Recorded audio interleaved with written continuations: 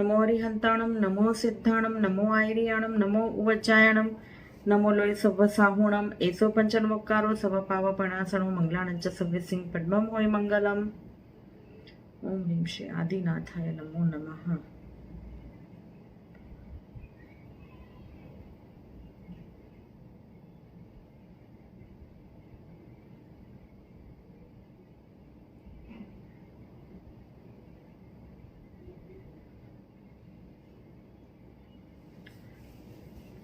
सो बच्चों,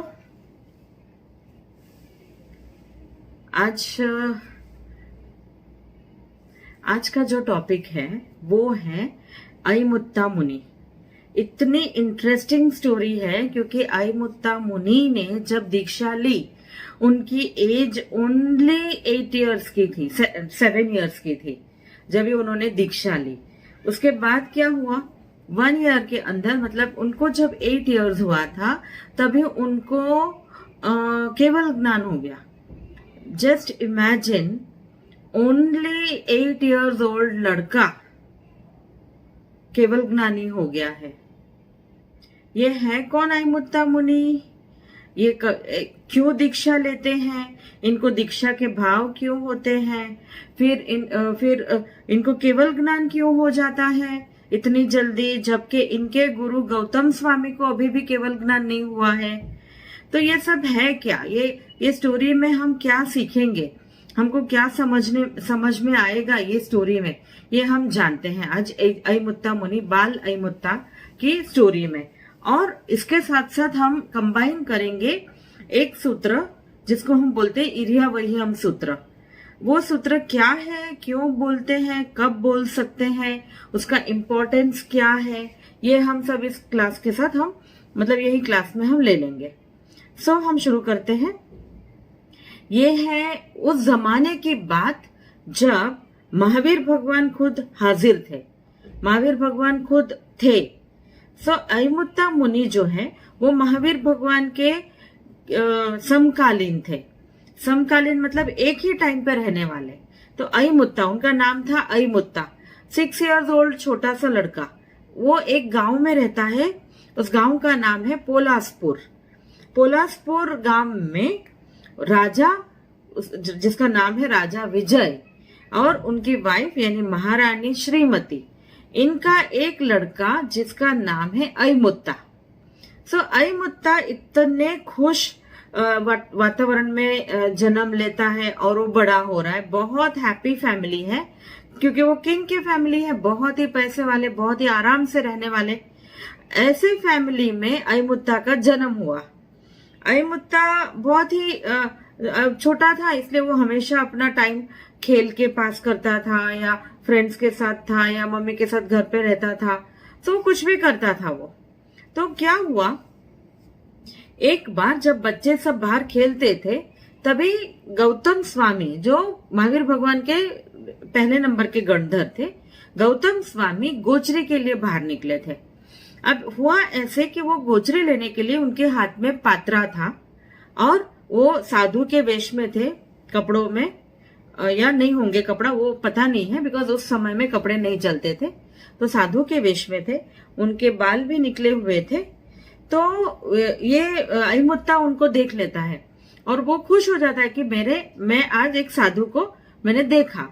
तो वो तुरंत दौड़ दौड़ के साधु के पास जाता है, मतलब साधु मतलब गौतम स्वामी के पास जाता है और उनको वंदन करता है, नमस्कार करता है, वंदन करता है, और तुरंत वहां पे गौतम स्वामी को बोलता है अयमुत्ता कि साहब जी आप हमारे घर पर चलो गोचरी के लिए, हमारे घर पर आप आएंगे तो मम्मी को बहुत अच्छा लगेगा, आप हमारे घर चलो। जिद करके गौतम स्वामी को अपने घर ले जाता है। घर ले जाने के बाद जब श्रीमती रानी, मतलब अयमुत्ता की मम्मी, जब देखती है कि घर में मुनिराज आए हैं गोचरी के लिए, वो बहुत खुश हो जाती है क्योंकि उनके भी संस्कार बहुत अच्छे होते हैं। बहुत खुश हो जाती है और बोलती है पधारो साहब जी, और घर के अंदर ले आते हैं मुनि को, और गोचरी में जो जो बना हुआ है वो रहते हैं। तो अयमुत्ता को भी मन होता है कि मेरी फेवरेट चीज में वो रहा हूं, तो वो फेवरेट चीज लड्डू लेके आता है और गौतम स्वामी के पात्रा में लड्डू भी बोराता है। सो बहुत बोराते हैं, दोनों खुश, मम्मी रानी श्रीमती भी खुश और गौतम भी खुश। अयमुत्ता बच्चा जो 6 साल का है वो भी बहुत खुश हो गया। तो वोरा के जब गौतम स्वामी वहां से निकले जाने के लिए, तो अयमुत्ता भी उनके साथ बाहर जाता है। तो जाने के बाद जब उनके हाथ में ऐसे 2 पात्रा होते हैं, हेवी होते हैं, थोड़ा वजन वाला, तो ये बोलते हैं अयमुत्ता कि साहब जी ये मुझे दे दो, मैं एक पात्रा मैं पकड़ लेता हूँ। तो गौतम स्वामी बोलते हैं कि तुम नहीं पकड़ सकते इसको। क्यों? क्योंकि ये पात्रा जो है कोई साधु या मुनि ही पकड़ सकते हैं, तुम मुनि नहीं हो तो तुम ये इसको नहीं उठा सकते। तो बोलते हैं मुनि कौन होता है? जैसे 6 साल का बच्चा है तो उसके थोड़े माइंड में क्यूरियोसिटी की वजह से कुछ कुछ सवाल आए, तो मुनि कौन है, दीक्षा कौन लेता है, ऐसा सवाल पूछने लगा। तो गौतम स्वामी उसके हर एक सवाल का जवाब देते थे। जैसे मुनि कौन है, तो बोलते जो सब संसार त्याग कर कर जो भगवान के बताए हुए राह पर चलते हैं, तीर्थंकर प्रभु के बताए हुए राह पर चलते हैं, वो मुनि होते हैं। दीक्षा क्या है? तो दीक्षा मतलब संसार को त्याग कर देना। तो बोलते अयमुत्ता पूछते कि त्याग करना मतलब क्या, उससे क्या फायदा होता है? तो गौतम स्वामी समझाते हैं, त्याग कर देना मतलब घर छोड़ देना, आराम छोड़ देना, जब मन में आए तब भूख लगती है तो खाना, ये सब छोड़ देना, ऐशो आराम छोड़ देना और तकलीफ में रहना, विहार करते समय पैदल चलना, ये सारी चीजें कोई मुनि को करना पड़ता है दीक्षा लेने के बाद। और खास करके वो बोलते हैं कि जो संसारी जीव है, जो हमारे जैसे जीव हैं, वो जीव को मतलब बहुत सारे दिन में पाप करते हैं, मतलब पाप कर्म हो जाता है और उनकी आत्मा पर कर्म बंधन होते जाता है हर एक चीज में। जैसे हम लोगों ने ये लाइट यूज किया, एसी यूज किया, या फिर हम जब चाहे तब हम खाते हैं, रात्रि भोजन हम त्याग नहीं करते हैं, या कपड़े पहनते हैं, तो ये सब में बहुत सारा कर्म बंधन होता है। बट एक मुनि दीक्षा लेने के बाद एक मुनि का जीवन कैसे होता है? वो मिनिमम कर्म बंधन करते हैं, ऐसी एक्टिविटीज वो बहुत कम करते हैं जिस एक्टिविटीज में पाप या कर्म बंधन हो। तो ये फर्क होता है कोई मुनि में या कोई संसारी जीव में। और दीक्षा जब कोई ले लेता है तो वो मुनि बन जाता है। तो ये सब बातें, इनकी कन्वर्सेशन जब अयमुत्ता एंड गौतम स्वामी चल चल के जाते रहते हैं तभी ये होती है। फिर गौतम स्वामी को ऐसा लगता है कि क्यों ना अयमुत्ता महावीर भगवान से मिल ले। महावीर भगवान को मिलाने ले जाता है। महावीर भगवान देशना देते रहते हैं तभी, और देशना में बोलते हैं कि संसार छोड़ने में ही अच्छा है, अपनी भलाई है और हम मोक्ष में जा सकते हैं, हमको दीक्षा लेना जरूरी है। तभी गौतम स्वामी महावीर स्वामी की बात सुनकर अयमुत्ता मुनि के दिमाग में ये बात आ जाती है कि दीक्षा लेनी है। तो वो तुरंत जैसे ही देशना खत्म हो जाती है, अयमुत्ता चले जाते हैं महावीर भगवान के पास, हाथ जोड़कर विनंती करते हैं, भगवान आप मुझे दीक्षा दे दो, मुझे दीक्षा लेनी है आपके अंडर। भगवान बोलते हैं कि, और गौतम स्वामी बोलते हैं कि दीक्षा तो हम ऐसे नहीं दे सकते, आपको मम्मी पापा की परमिशन लेनी पड़ेगी। अगर मम्मी पापा दोनों परमिशन देते हैं तो हम आपको दीक्षा दे देंगे। तो वो बोलता है ठीक है, मैं अभी घर जाता हूँ, मम्मी पापा की परमिशन लेता हूँ और तुरंत मैं वापस आ जाता हूँ, आप मुझे फिर दीक्षा देंगे ना? तो बोलते गौतम स्वामी हाँ, हम आपको दीक्षा देंगे। वो दौड़ दौड़ के घर जाता है और मम्मी रहती है तभी घर पे, रानी श्रीमती, वो मम्मी को बोलता है मम्मी मुझे दीक्षा लेनी है। 6 साल का बच्चा, आप इमेजिन करो कितना छोटा, मम्मी मुझे दीक्षा लेनी है। तो मम्मी को तो वैसे मन में बहुत खुशी होती है कि ये बहुत अच्छी बात कर रहा है मेरा लड़का, छोटा बच्चा, बट मम्मी को चिंता है कि इतना छोटा है कि शायद इसको दीक्षा का मीनिंग ना समझ में हो, या फिर वो शायद वो समझ नहीं पा रहा है कि दीक्षा लेने के बाद लाइफ कितनी स्ट्रगल वाली हो जाती है। तो मम्मी और अयमुत्ता के बीच में कन्वर्सेशन होता है। मम्मी सोचती है कि मैं थोड़ी इसकी परीक्षा ले लूं कि ये कितना तैयार है दीक्षा लेने के लिए। तो तुरंत मम्मी उसको बोलती है श्रीमती रानी बोलती है कि बेटा दीक्षा लेने से बहुत तकलीफें उठानी पड़ती है, जैसे धूप हो या बारिश हो या ठंडी हो या कोई भी वातावरण हो, तो उसमें हमको रहना पड़ता है। खाने पीने का कभी मिले कभी ना मिले, तपस्या करनी पड़ती है, नीचे जमीन पर सोना पड़ता है, ये सब सारी बहुत तकलीफें होती है दीक्षा लेने के बाद।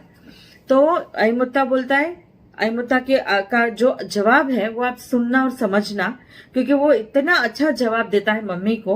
वो बोलता है कि मम्मी, मतलब वो उस समय की बात है, तो मैं तुमको थोड़ा सिंपल बनाने के लिए, क्योंकि ये बच्चों का सेशन है, सिंपल बनाने के लिए मैं बोल रही हूँ कि मम्मी, अगर आप बोलते हो कि दीक्षा लेने के बाद कितनी तकलीफें होती हैं, हमको स्ट्रगल करना पड़ता है, तो आप सोचो कि हम दीक्षा नहीं लेंगे और भवो भव हमारा जीव घूमते रहेगा, तभी कितनी तकलीफें उठानी पड़ेगी।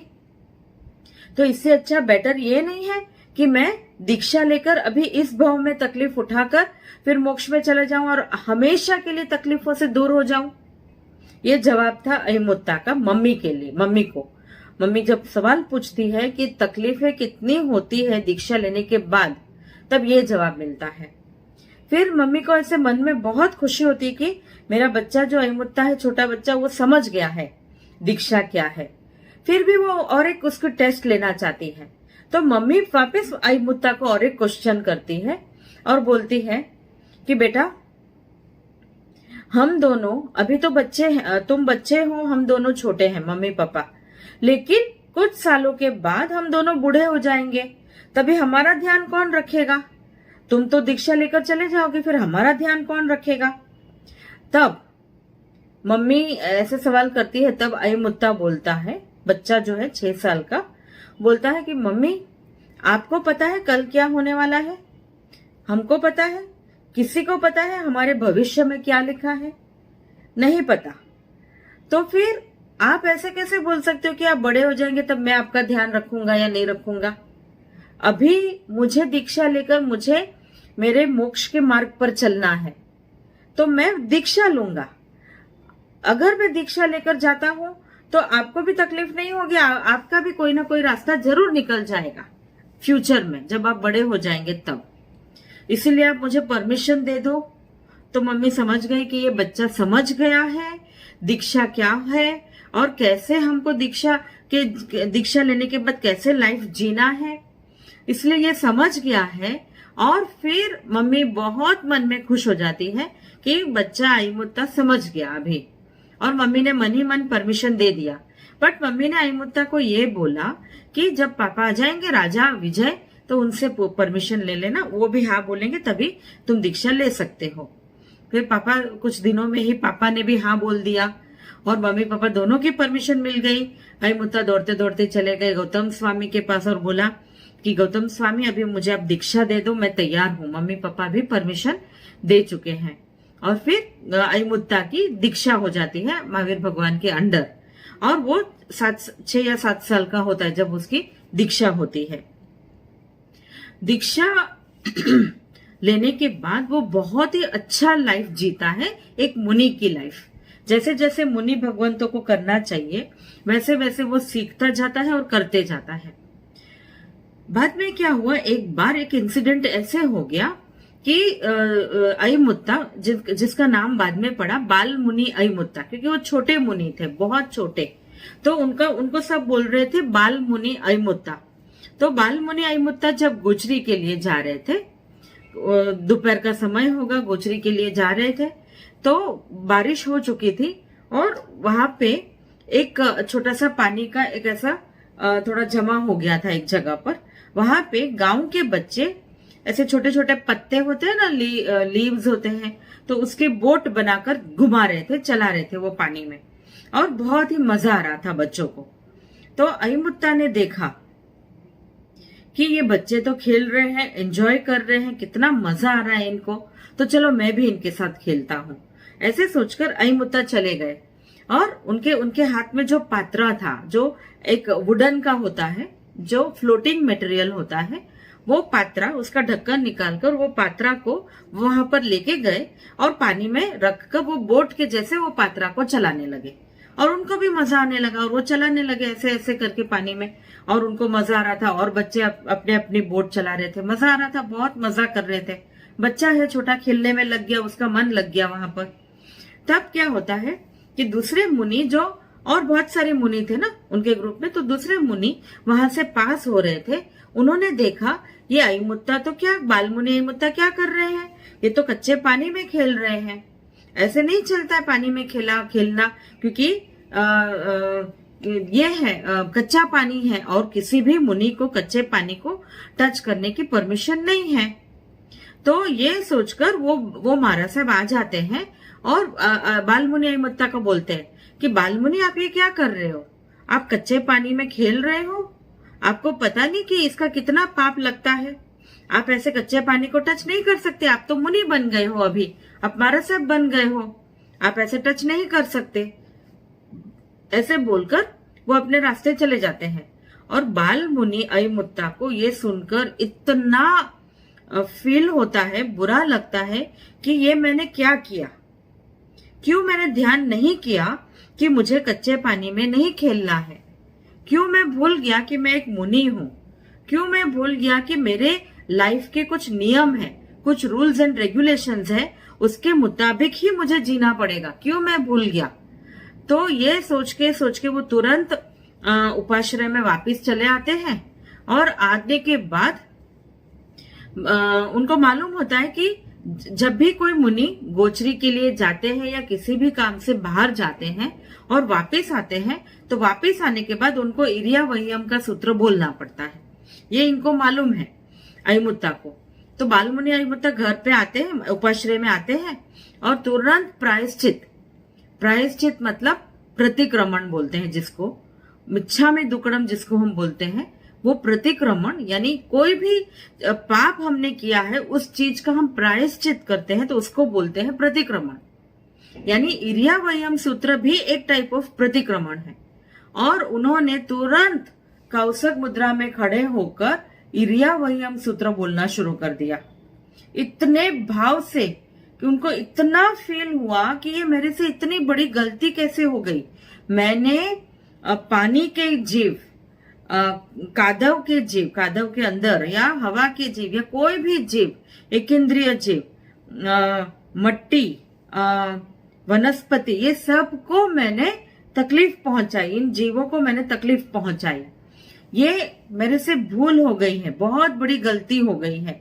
ये सोचकर वो कौसक मुद्रा में खड़े रहकर इरिया वह्यम सूत्र बोलते हैं, जाप करते हैं, मनी मन प्रायश्चित करते हैं, प्रतिक्रमण करते हैं। जैसे ही वो प्रतिक्रमण करते गए, वो एक शब्द पर आ गए, जिसका जो शब्द क्या है इरिया वह्यम सूत्र में ही आता है, पणग दग मट्टी मकड़ा। पणग का मतलब है जो शेवाड़ बन जाता है, इंग्लिश में हम जिसको मॉसेस एंड लाइचन्स बोलते हैं, लील बन जाता है पानी और पत्थर पर वो, और दग मतलब कच्चा पानी, और मट्टी मतलब मट्टी। तो मट्टी, पणग, दग, ये वर्ड्स जैसे आते उनको इतना फील होता है कि मेरे से आज शेवाड़ मतलब लील और मट्टी मतलब मट्टी कादव और कच्चा पानी दग कच्चा पानी, ये सब के जीव को मैंने नुकसान पहुंचाया है। तो ये नुकसान बहुत बड़ा नुकसान है, मेरे जीव को ये कभी मोक्ष में जाने नहीं देंगे। ये सोचकर उन्होंने प्रायश्चित चालू किया। और जब प्रायश्चित किया तो जैसे ही वो ये लाइन पर आए, उनको तुरंत, उनके इतना भाव अच्छे थे उनके, वो भाव ही भाव में उनको केवल ज्ञान हो जाता है। 8 साल का बच्चा जो बाल मुनि अयमुत्ता है, 8 साल की उम्र में जस्ट बिकॉज उनको इतने भाव हो गए कि मैंने किसी जीव को नुकसान पहुंचाया है, ये भाव इतने स्ट्रांग हो गए कि उनको केवल ज्ञान हो जाता है। केवल ज्ञान होने के बाद जब उनको महावीर भगवान के देशना में समवसरण में जाना होता है, तभी वहां पर जाकर वो इट वॉज नॉट समवसरण, actually it was a normal देशना। वहां जाकर जो एरिया में केवल ज्ञानी भगवंत बैठे थे, वहां पर जाकर बैठ जाते हैं बाल मुनि। बाकी मुनि जो अभी भी केवल ज्ञानी नहीं हुए हैं, वो बाकी मुनि पूछते हैं कि ये अयमुत्ता तुम वहां क्यों जा रहे हो, वहां पे तो केवल ज्ञानी भगवंत बैठते हैं। तब भी महावीर भगवान ने बोला कि ये बाल मुनि जो है 8 साल का बच्चा अयमुत्ता, इनको केवल ज्ञान हो गया है। तभी सभी लोगों को पता चला और सभी लोग बहुत बहुत अनुमोदना करते हैं। यानी आप सोचिए कि 8 साल का बच्चा सिर्फ एक रीजन कि मैंने किसी को दुख पहुंचाया, तकलीफ पहुंचाई, ये तकलीफ, ये दुख की वजह से उनके आत्मा पर, उनके जीव में बहुत तकलीफ हुई और उन्होंने प्रायश्चित के भाव रखे। और प्रतिक्रमण का मतलब नॉट दैट प्रतिक्रमण जो हम करते हैं सामायिक लेकर, बट प्रतिक्रमण मतलब मिच्छामि दुक्कडम, जो दिल से, मन से, भाव से मिच्छामि दुक्कडम बोला उन्होंने कि मुझसे ये गलती हो गई, मुझसे ये पाप हो गया है और मैं अभी प्रायश्चित मांगता हूँ, मिच्छामि दुक्कडम बोलता हूँ। ये जब भाव आ गए तभी उनको केवल ज्ञान हो जाता है। यानी एक सूत्र जो हम, आप और हम डेली बोलते हैं, कितनी बार बोलते हैं हम, इरिया वयम सूत्र, हमको क्यों केवल ज्ञान नहीं हुआ अभी तक? 8 साल का बच्चा जब बोलता है और केवल ज्ञान होता है, तो आप भी 8 साल के हो बच्चे सब, कितने सारे, कोई 9 साल, कोई 10 साल, कोई 6 साल, जो इरिया वयम सूत्र बोलते हैं। हम तो इतने बड़े हो गए, हम इरिया वयम सूत्र बोलते हैं, तो फिर हमको क्यों केवल ज्ञान नहीं हो रहा है? ये मैं आपको समझाती हूँ। इरिया वयम सूत्र जो है, वो सूत्र मैंने आपको बोला बेसिकली वो इरिया वयम मतलब आते जाते समय, कहीं भी इरिया वयम जवा आवानी क्रिया, यानी जाने की कहीं भी और आने की क्रिया, और गमना गमने मतलब आते जाते, मतलब इरिया वयम सूत्र तब बोला जाता है जब हम कहीं जाकर आते हैं वापस, या हम जब जिनालय जाते हैं और जाने के बाद वहां पर जिनालय में हम इरिया वयम सूत्र का पाठ करते हैं, सूत्र बोलते हैं। क्यों? क्योंकि जब हम जाते हैं तो आते जाते समय रास्ते में बहुत सारे जीव को हम तकलीफ पहुंचाते हैं, जीवों की विराधना करते हैं, यानी जीव की तकलीफ, जीवों को तकलीफ होती है हमारी वजह से, आने जाने की वजह से, तो उन सब को हमको मिच्छामि दुक्कडम बोलना पड़ता है। और जब हम भाव से मिच्छामि दुक्कडम बोलते हैं, माफी मांगते हैं, तो ऑटोमेटिकली हमारे कर्म कम हो जाते हैं, नए कर्म भी नहीं बंधते। सो दैट मीन्स कि इरिया वयम सूत्र में इतना पावर है, अगर हमने उस सूत्र को बहुत ध्यान से, बहुत भाव से बोलते हैं, तो हमको भी आगे चलकर किसी न किसी भव में जल्दी ही मोक्ष मिलेगा। जैसे अयमुत्ता मुनि को उसी भव में मिला, हमको इस भव में मिलना मुश्किल है, क्योंकि हम पंचम काल में हैं, 5वें आरे में हैं, और इस आरे में भरत क्षेत्र से किसी को भी केवल ज्ञान नहीं होने वाला है। सो पॉसिबिलिटी ये है कि हमको नियर फ्यूचर में किसी न किसी भव में हमको केवल ज्ञान हो सकता है और हम मोक्ष में जा सकते हैं। बट कंडीशन ये है कि हम इरिया वयम सूत्र परफेक्टली बोले, किसी मिस्टेक के बगैर, और भाव से बोले। और ये इरिया वयम सूत्र में मैं आपको बता दूं कि अलग अलग 10 प्रकार से जो हम पाप करते हैं। फॉर एग्जाम्पल, हम चलते चलते हमारे पैर के नीचे कोई जीव आ गया, या पॉसिबिलिटी है चलते चलते हमारे पैर ने धूल उड़ाया और किसी जीव पर धूल जाके बैठ गया, या किसी जीव को हमने एक जगह से मूव करके दूसरी जगह पर हमने मूवमेंट करवा दिया, हमारे आने जाने की वजह से, हमारे मूवमेंट की वजह से, या तो फिर हमने उनको तकलीफ दी, उनको हमने दुख पहुंचाया, उनके जीव को हमने बहुत हानि पहुंचाई। ऐसे 10 प्रकार के तकलीफ हम जो उनको जीव को देते हैं। अच्छा, कैसे प्रकार के जीव? पृथ्वी काय, अप काय, तेव काय, वाव काय, वनस्पति काय, यानी मट्टी, पत्थर, पृथ्वी, जमीन, ये सब।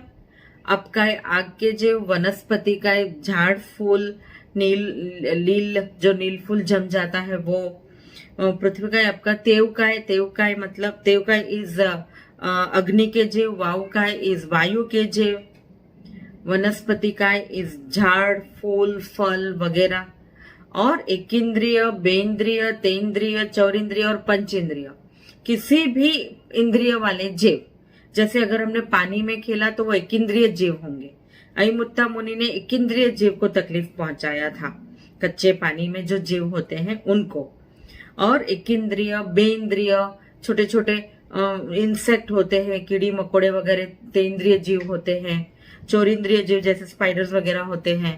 और पंचेंद्रिय जीव जैसे डॉग्स होते हैं, कैट्स होते हैं। कभी हम जाते हैं तो हमारे बीच में डॉग आ जाता है तो हमको डॉग को हटाना पड़ता है, या किसी इंसान को हम तकलीफ पहुंचाते हैं।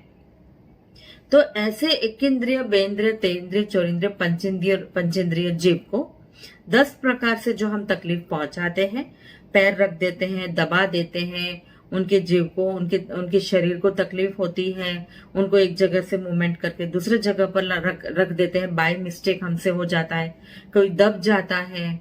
तो ऐसे जो अलग अलग प्रकार के पाप हमसे हो जाते हैं, जानते अजानते, इसको जैसे ही हम वापस आते हैं तो हमको ये बोलकर प्रायश्चित कर लेना पड़ता है। अगर हम प्रायश्चित कर लेते हैं तो जो अनजाने में हमसे मिस्टेक हो गया है, गलती हो गई है, पाप हो गया है, उसका प्रायश्चित हो जाता है, प्रतिक्रमण हो जाता है। और प्रतिक्रमण ऐसे होने से क्या होगा, हमारे कर्म कम हो जाते हैं जो एग्जिस्टिंग है, और नए कर्म बंधते नहीं हैं। तो इस तरह से हम बहुत जल्दी कर्म से मुक्त होकर हम मोक्ष की तरफ जा सकते हैं। सो हमको सिर्फ छोटा सा एरिया वयम अगर तुमको आता है तो हार्डली 2 मिनट में आप बोल सकते हो। आई थिंक 2 मिनट भी नहीं लगेगा। और नहीं आता है तो छोटे बच्चे जो है वो तो 1 दिन में सीख लेंगे, अगर बड़े हैं तो उनको सीखने में शायद 2 दिन लगेगा। इतना छोटा सूत्र है। मैं आपको एक बात बता दूं, ये जो सूत्र है इरियावयम सूत्र, आयुष कर्म जो हमारे ऑलरेडी लगे हुए हैं, तो वो आयुष कर्म को कम करने के लिए इरियावयम सूत्र बेस्ट है। यानी आप क्या कर सकते हो, इरियावयम सूत्र नॉर्मल सिचुएशंस में, नॉर्मल कंडीशंस में भी आप इरियावयम सूत्र को आप जाप कर सकते हो, माला गिन सकते हो, 9 टाइम्स, 12 टाइम्स, कितने भी टाइम्स आप बोल सकते हो। सो इरियावयम सूत्र ऐसे नहीं है कि एक ही बार हम जब देरासर जाते हैं जिनालय तभी हम चैत्य वंदन करते हैं तभी हम बोलते हैं। जनरली एक सिस्टम बन गई है, but that is not right. हम कभी भी बोल सकते हैं, किसी भी समय पर बोल सकते हैं, और कहीं भी बोल सकते हैं। घर में भी आप कहीं गए हो, जब आते हो वापस घर पे, तभी इरियावयम सूत्र बोल सकते हो। क्यों?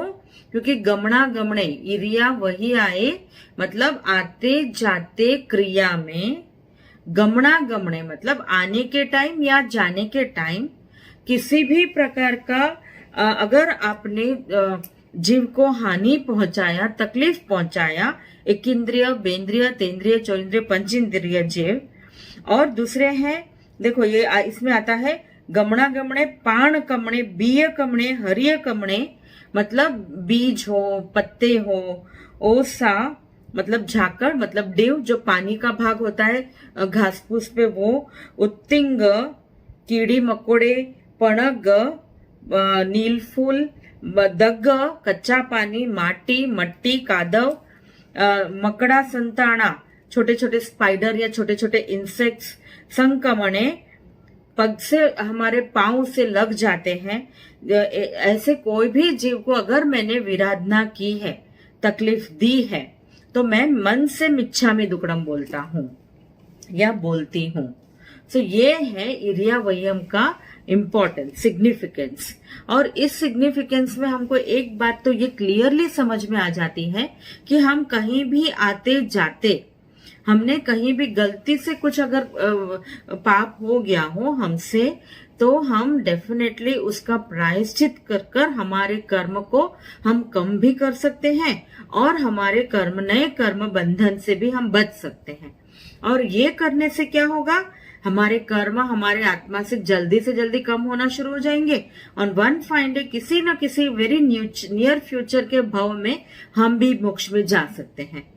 सो इरियावयम सूत्र क्या है, तो ये है, हम कहीं जाते हैं, आते हैं, तो आते जाते समय अगर हमसे कोई पाप हुआ होता ही होगा, क्योंकि हम जब चलते हैं तो मट्टी पर पैर रखते हैं, पत्थर पर पैर रखते हैं, छोटे छोटे झाड़ पेड़ पर पैर रखते हैं, पत्ते हैं, छोटे जीव हैं, इंसेक्ट है, पानी है, कच्चा पानी है, तो ये सब को हम नुकसान पहुंचाते हैं। तो उनको हम मिच्छामि दुक्कडम बोलने का सूत्र है इरियावयम सूत्र। एक बात मैं बता दूं, प्रतिक्रमण का मतलब होता है प्रायश्चित करना, यानी हमसे जो पाप हो चुके हैं वो पाप का प्रायश्चित करना, ये हो जाता है प्रतिक्रमण। इरियावयम भी एक टाइप ऑफ प्रतिक्रमण है। मतलब क्या कि हमसे जो गलती से या जानते अजानते हमने कोई भी पाप किए हैं कहीं आते जाते समय, तो वो सब गलतियां या ये वो सब पाप को हम भाव से, हृदय से मिच्छामि दुक्कडम बोलते हैं। तो ये हो गया एक टाइप ऑफ प्रतिक्रमण। और एक बात ये भी बता दो कि प्रतिक्रमण का मूड मेन जो उसकी जो रूट्स हैं प्रतिक्रमण के, वो है मिच्छामि दुक्कडम। इन शब्दों में है, यानी मिच्छामि दुक्कडम का मतलब है हम प्रतिक्रमण जब करते हैं तो हम माफी मांगते हैं हमारे जो भी हमने पाप किए हैं जानते अजानते, मन वचन काया से, भूत भविष्य और फ्यूचर में और प्रेजेंट में। ऐसे करके हमने जो भी पाप किए हैं वो पाप का प्रायश्चित करना ही प्रतिक्रमण है। सो दैट वे इरियावयम सूत्र भी एक टाइप ऑफ प्रतिक्रमण है। और प्रतिक्रमण का एक मूल मेन जो आइडिया है, मेन जो बेस है, वो है मिच्छामि दुक्कडम। यानी अगर हम मिच्छामि दुक्कडम बोलकर इन सब को हम मिच्छामि दुक्कडम भाव से बोलते हैं तो हमारे कर्म कम होते जाते हैं और नए कर्म बनते नहीं। बस ये है इसका मीनिंग। कब बोल सकते हैं? एनी टाइम हम बोल सकते हैं। कहाँ बोल सकते हैं? कहीं भी, जैसे घर में, जिनालय में, कहीं बाहर गए हैं तो मन ही मन में। पूरे दिन में आप जाप भी कर सकते हो इरियावयम सूत्र का। मैंने आपको बताया हमारे आयुष कर्म को कम करने के लिए। यहाँ पे कंफ्यूजन नहीं करना है। मैं ऐसे नहीं बोल रही हूँ कि आयुष्य को कम करने के लिए, ऐसे मैं नहीं बोल रही हूँ। मैं बोल रही हूँ आयुष कर्म, यानी इस भव में समझ लो हमारी आयुष 70-80 इयर्स की है। यानी पक्का है कि 70-80 इयर्स हम जिएंगे और इतने साल हम कोई ना कोई कर्म बंधन करते रहेंगे। इसके बाद के भव में पता है क्या होने वाला है? नहीं, शायद हम तिर्यंच बनकर आए, शायद मनुष्य गति मिले, शायद देव गति। अगर देव गति और नरक गति मिल जाती है तो कम से कम मिनिमम उसकी वहां की एज है 10,000 इयर्स। यानी अगर हम नरक गति में जाते हैं तो मिनिमम 10,000 इयर्स जिएंगे, मैक्सिमम तो बहुत बड़ा नंबर हो जाएगा। और अगर हम देव गति में जाते हैं देव बनकर, तो मिनिमम 10,000 इयर्स हमको देव बनकर वहीं पर रहना पड़ेगा। मतलब 10,000 इयर्स तक आप मोक्ष के बारे में कुछ नहीं कर सकते। आपका जीव एक बॉडी में 10,000 इयर्स के लिए जेल में बंद हो गया है वो। सो अगर आयुष कर्म को, don't confuse yourselves, I am not saying Ayush को कम करने के लिए, बट आयुष कर्म को कम करने के लिए। अगर हमारा आयुष कर्म कम हो जाएगा, खत्म हो जाएगा, तो सीधे हम उसी पल मोक्ष में जा सकते हैं। महावीर भगवान की अगर हम बात करें तो 27 भव हुए। एक्चुअली 27 भाव तो हम गिनती करते हैं तब से जब से उनको सम्यक मतलब वो सम्यक दृष्टा बने, तब से। मतलब जब भी उनको ये पता चला कि मुझे मोक्ष में जाना है और मोक्ष में जाने के लिए मुझे ये करना है और ये नहीं करना है, ये सब समझ में आया, तभी से 27 भाव हमको पता है। उसके पहले तो कितने असंख्य भाव किए होंगे महावीर स्वामी के जीव ने। सो कहने का मतलब क्या है कि महावीर स्वामी के जीव आत्मा को भी इतना आयुष कर्म भुगतना पड़ा। और जब वो मनुष्य भव लेकर आए, वर्धमान के रूप में उन्होंने जब जन्म लिया, वर्धमान बनकर सिद्धार्थ महाराज और त्रिशला माता के घर में, तभी उनकी आयुष 72 इयर्स की थी। यानी 72 इयर्स उनको केवल ज्ञान हो चुका था 42 के एज में। जब वो 42 के थे तभी केवल ज्ञान हुआ। यानी 42 to 72 वो केवल ज्ञानी बनकर रहे, बट उनको जीना पड़ा बिकॉज उनका आयुष कर्म बलवान था। जैसे ही वो 72 के होते हैं और उनका आयुष खत्म हो जाता है, ऐसे झटके में वो यहां से निकले, उनका जीव नेक्स्ट पल में, वेरी नेक्स्ट सेकेंड में उनका जीव मोक्ष में चला गया, सिद्धशिला पर जाकर बस गया हमेशा के लिए। अभी वो सिद्धशिला में जाकर रहेंगे, हमेशा के लिए वहीं पर रहेंगे, अनंत आनंद में रहेंगे। एवरी टाइम ओनली हैप्पीनेस होगा उनके पास। सो दैट वे उनका आयुष कर्म बलवान था, इसलिए उनको 72 ईयर्स तक उनको मनुष्य भव में जीना पड़ा। और उसके पहले कितने भव वो कर चुके थे जो उनको आयुष कर्म में बंधे रखा था। अभी मैं जो बता रही हूँ शायद आप समझ रहे हो। सो आई एम वेरी क्लियर कि हमारा आयुष कर्म जब 0 हो जाएगा तभी हमको मोक्ष मिलेगा। बस एक ही रूल, आयुष कर्म 0 हो गया, हम वेरी नेक्स्ट मोमेंट मोक्ष में पहुंच गए। और मोक्ष में पहुंच गए तो अनंत अनंत काल तक, मतलब लिमिटलेस काल तक हम मोक्ष में, हमारी आत्मा प्योर फॉर्म में all the time happy mood में रहेगा। तो दैट इज व्हाट इज मोक्ष। सो हम चाहते हैं कि ये मोक्ष हमको मिले, लेकिन मोक्ष मिलने के लिए हमारा आयुष कर्म कम होना चाहिए। और इरियावयम सूत्र जो है हार्डली 2 मिनट भी हम बोल सकते हैं। अगर किसी को नहीं आता है इरियावयम, तो मैं आपको बता दूं, अगर आप सीखने बैठेंगे, गार्था लेने बैठेंगे, तो शायद 2 दिन में आप सीख लेंगे। 2 दिन, या उम्र वाले हैं ऐसा लगता है कि याद नहीं रहता, तो 3 दिन लगेगा, 4 दिन लगेगा। बट एक बार अगर हम इरियावयम सूत्र समझ लेते हैं, सीख लेते हैं, उसके वो किस भाव में बोलना है वो अगर हम समझ जाते हैं, उसके अर्थ के साथ हम समझ जाते हैं, तो वो बोलकर हम हमारे आयुष कर्म को कम कर सकते हैं। क्यों कर सकते हैं, इसके पीछे का लॉजिक भी मैं आपको बता दूं। क्योंकि इरियावयम सूत्र का मीनिंग ये है कि अगर मैं कहीं जाता हूं बाहर और जाने के बाद मुझसे गलती से किसी भी जीव, एक इंद्रिय से लेकर 5 इंद्रिय जीव, किसी भी जीव को कोई भी तकलीफ हुई हो, तो मैं जैसे ही वापस आता हूं, मैं मिच्छामि दुक्कडम, मेरे भाव से, मन से मैं मिच्छामि दुक्कडम बोलता हूं। ये हो गया इरियावयम सूत्र का मीनिंग। इसके पीछे का लॉजिक ये है कि जब हम खुद चाहते हैं कि किसी जीव को कोई भी प्रकार का नुकसान हमारी वजह से ना हो, यहाँ पर जीव जब मैं बोलती हूँ तो आप मत समझना कि मैं सिर्फ डॉग या कैट या काऊ, जैसे काऊ रोड पर खड़ा है, शांति से एक काऊ खड़ा, हम ड्राइव कर कर जा रहे हैं और वो काऊ हम बीच में खड़ा, तो हम उसको हॉर्न बजा बजा कर उसको हम हटा देते हैं। जिस जगह पर खड़ा है उस जगह से हम उसको दूर कर देते हैं, तो ये भी तो एक टाइप ऑफ विराधना हुआ। सो दैट वे हम उन जीवों को मिच्छामि दुक्कडम बोलते हैं। मतलब हमारे भाव कैसे हैं, हम मिच्छामि दुक्कडम बोलना चाहते हैं अगर जानते अजानते हमने किसी भी जीव को तकलीफ पहुंचाई। यानी जब हम किसी भी जीव को तकलीफ नहीं पहुंचाते हैं, नहीं चाहते कि तकलीफ हो, और अगर हो गई हो तो हम भाव से मिच्छामि दुक्कडम बोलते हैं, तो उसी समय हमारे आयुष कर्म भी कम होते जाते हैं।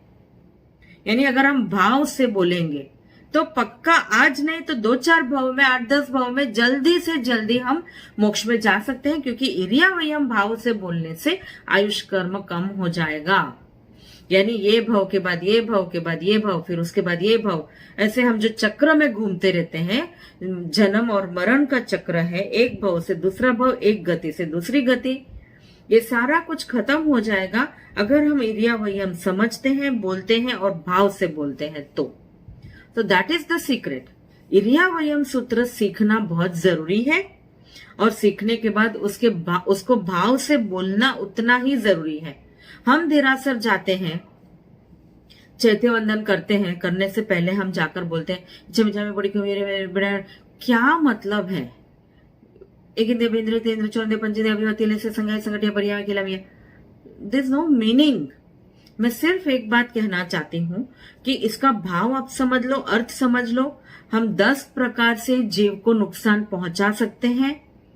हम एक इंद्रिय बेंद्रिय तेंद्रिय चौंदे पंचेंद्रिय जीव, किसी भी जीव को हम नुकसान पहुंचा सकते हैं और किसी भी टाइप से पहुंचा सकते हैं।